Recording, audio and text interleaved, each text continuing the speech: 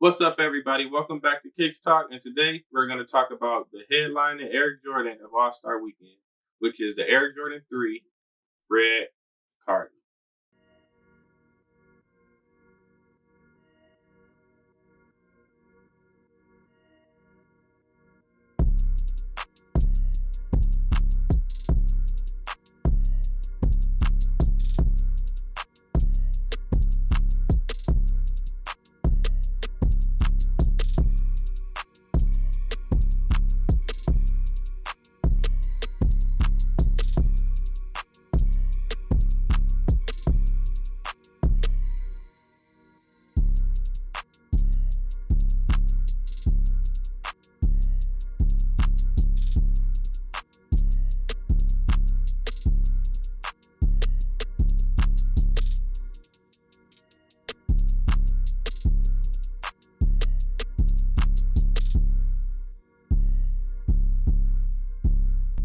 Now, this is the first time we've seen the Cardinal Red colorway on the Air Jordan 3 silhouette.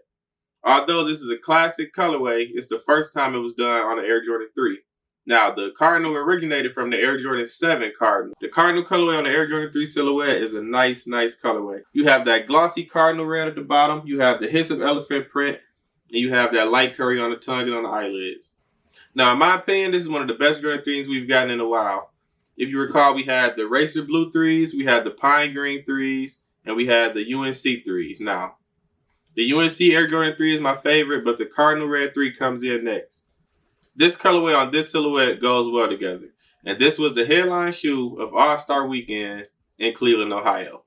Now, that is bittersweet, and I'm going to tell you why a little later. Originally, we were supposed to get the Air Jordan 12 Playoff All-Star Weekend, but they pushed those back and they moved the Cardinal Red 3s up. The Cardinal Red Jordan 3 colorway is similar to the Cleveland Cavaliers. It reminds me more of the Katrina 3, but the colors are kind of like Cleveland Cavaliers colors. And I say that to say, I think that's one of the reasons they moved the Cardinal Red 3s up for All-Star Weekend and pushed the playoff 12s back.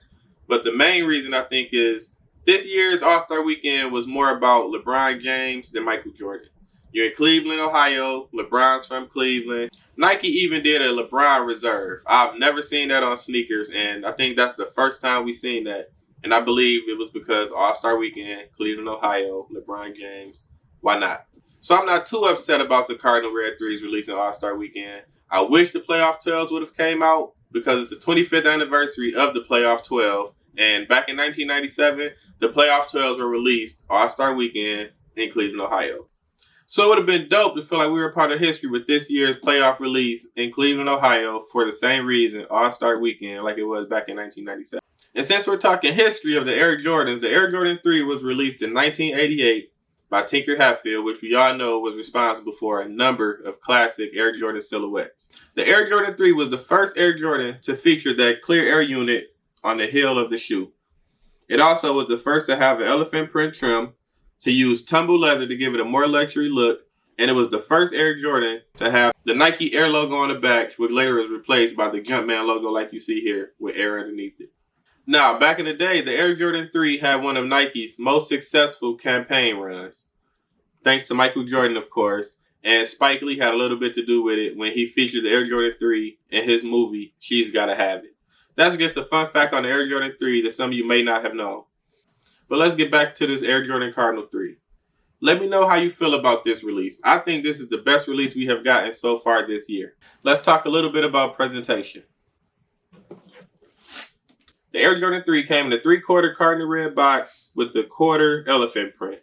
This box is similar to the box we got with the Pine Green 3s, the Racer Blue 3s, and the Georgetown 3s. And in my opinion, this is another dope feature added to the Air Jordan 3 releases.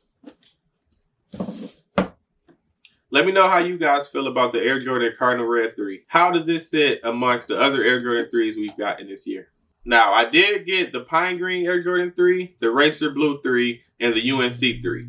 Let me know where the Cardinal Red 3 sit on your list out of recent Air Jordan 3s we've gotten. Like I said, I think it's number one. Now, quality control has been a reoccurring issue for Jordan releases. And luckily, the Air Jordan Cardinal Red 3 quality was great. I don't see a stitch out of place. I don't see glue marks anywhere. That tumble leather is nice. They went with a light gray elephant print. I like that. I'm glad it's not too dark. It's not too light. It goes well with the Cardinal colorway. I think the Jordan brand really killed it with this release. I have zero complaints about the quality, the look, the feel.